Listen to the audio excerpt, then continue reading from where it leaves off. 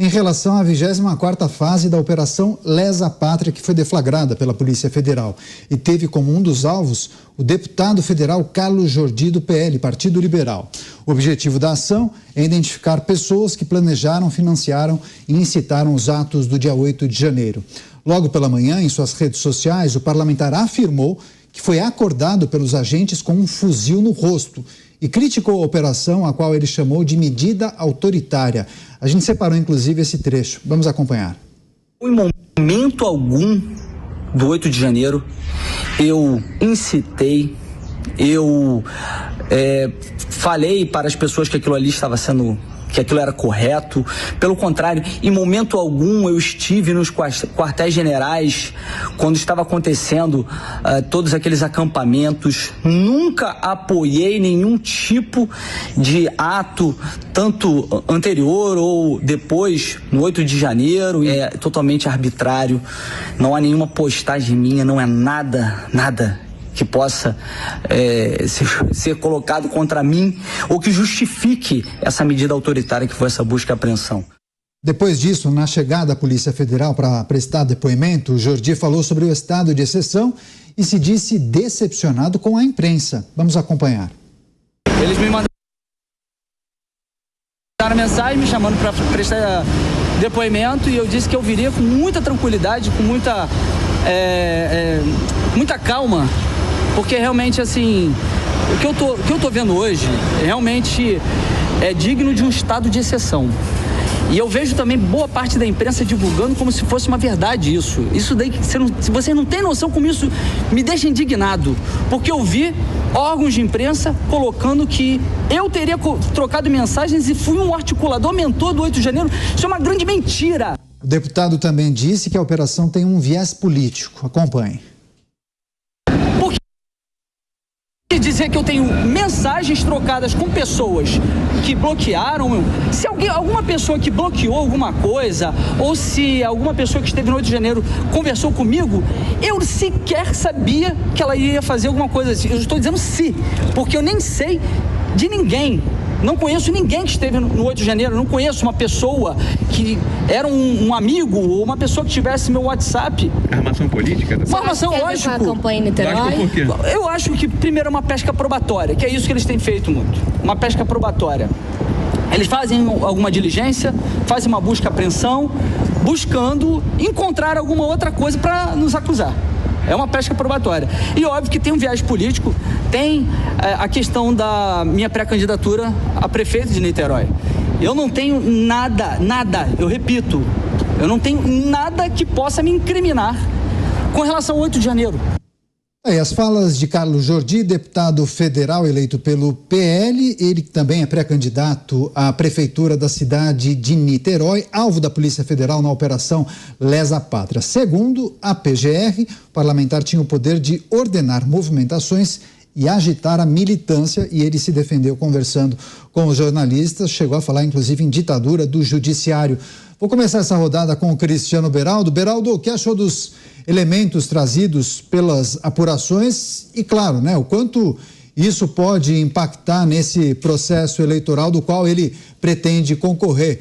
É pré-candidato à prefeitura de Niterói. Olha, Caniato, claro que isso tem um impacto enorme, né? Você se coloca como pré-candidato a uma prefeitura importante, né? Niterói é a segunda cidade mais relevante do ponto de vista econômico do estado do Rio de Janeiro. E, de repente, tem uma operação dessa batendo à sua porta, e isso, obviamente, traz um dano de imagem, traz um dano eleitoral.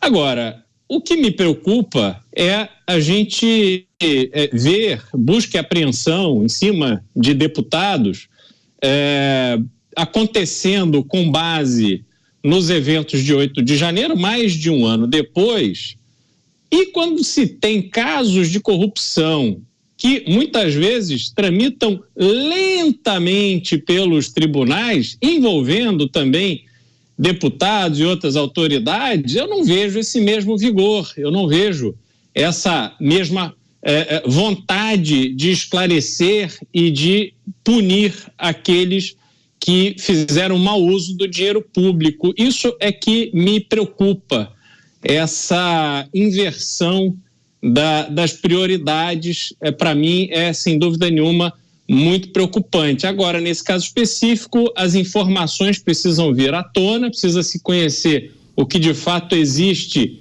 de prova e de comprovação para aquilo que serviu de base para a decisão, e aí sim a gente poder fazer um juízo mais adequado sobre esse episódio grave de hoje. Pois é, a Procuradoria-Geral da República entende que o deputado teve alguma influência nas organizações dos atos do dia 8 de janeiro. Ao ser identificada pela Polícia Federal, viu, Alangani, conversas do parlamentar com o manifestante que chamava o deputado de meu líder. Agora, essa expressão por si só não comprova muita coisa, já que trata-se de uma figura de linguagem. Se eu te chamar de meu brother, quer dizer que você é meu irmão? Não, né? O que você gostaria de trazer para essa análise? Não, perfeito o que você falou. Quando a gente fala de uma busca e apreensão, é uma medida bastante rigorosa, Caniato. Ela só perde para uma prisão preventiva, mas é uma medida bastante invasiva. Portanto, precisa ter elementos concretos, indícios concretos que justifiquem uma busca e apreensão. Então, apenas o fato do deputado ser bastante atuante nas redes sociais, ser alguém muito ligado ao Bolsonaro, bolsonarista, não é suficiente. É claro que as investigações, elas correm em sigilo, mas em algum momento precisa de um esclarecimento ao público, uma justificativa do porquê que houve aquela busca e apreensão. Houve, de fato, um indício concreto instigando lá a invasão dos 3 poderes no 8 de janeiro ou não? Foi algo muito frágil, como a gente viu no caso daquela busca e apreensão em cima de empresários por conversas lá de WhatsApp, que inclusive muitos setores do judiciário, advogados, até setores da própria esquerda, criticaram aquilo. Então, a gente precisa de mais elementos, de mais transparência para fazer um julgamento se essa busca e apreensão ela foi correta ou apenas um fishing expedition aí, como disse o deputado, essa pesca probatória para tentar achar algum elemento para o incriminá-lo. Só para fechar essa pauta que a gente está discutindo com os nossos analistas, pelas redes sociais, Valdemar Costa Neto, que é o presidente do PL, o Partido Liberal, falou sobre essa operação contra Carlos Jordi. Eu vou abrir aspas para as falas de Valdemar. Registro a minha indignação, a minha repulsa à determinação judicial de se fazer busca e apreensão. As atitudes e ações do parlamentar do PL são protegidas pelo Instituto da Imunidade Parlamentar, garantido pela Constituição que todos nós juramos defender e respeitar. Mas não é isso que estamos assistindo nos últimos meses. O Congresso Nacional é soberano e seus integrantes não podem ser intimidados, como no caso do líder Jordi, fecho aspas. Você, Cristiano Beraldo, o que gostaria de trazer em relação a essa manifestação de Valdemar Costa Neto? E eu queria também pedir um pitaco em relação à percepção do público, do eleitor, que muito provavelmente vai se deparar com uma campanha eleitoral e no caso de Niterói. Você acha que ele consegue dissociar esse evento, o caso que envolve 8 de janeiro, de, por exemplo, casos de peculato, corrupção? São coisas diferentes. É possível separar, né? Olha, vamos lá. A manifestação de Valdemar da Costa Neto está correta, né? É uma preocupação a gente assistir a essa falta de cerimônia de se fazer busca e apreensão. Não é a primeira, a gente assistiu isso num passado não muito distante, em outras ocasiões, e isso, quando isso se torna corriqueiro, habitual, é um problema para o processo democrático. Afinal de contas, a grande discussão, né, desse tema é como defender a democracia, e não se defende a democracia tomando medidas tão duras como uma busca e apreensão em cima de um parlamentar eleito democraticamente pelos eleitores do Rio de Janeiro, e que, nesse caso, sequer foi chamado para prestar esclarecimentos, né? E aí eu me lembro, rapidamente queria contar uma história que me veio à memória aqui, Caniato.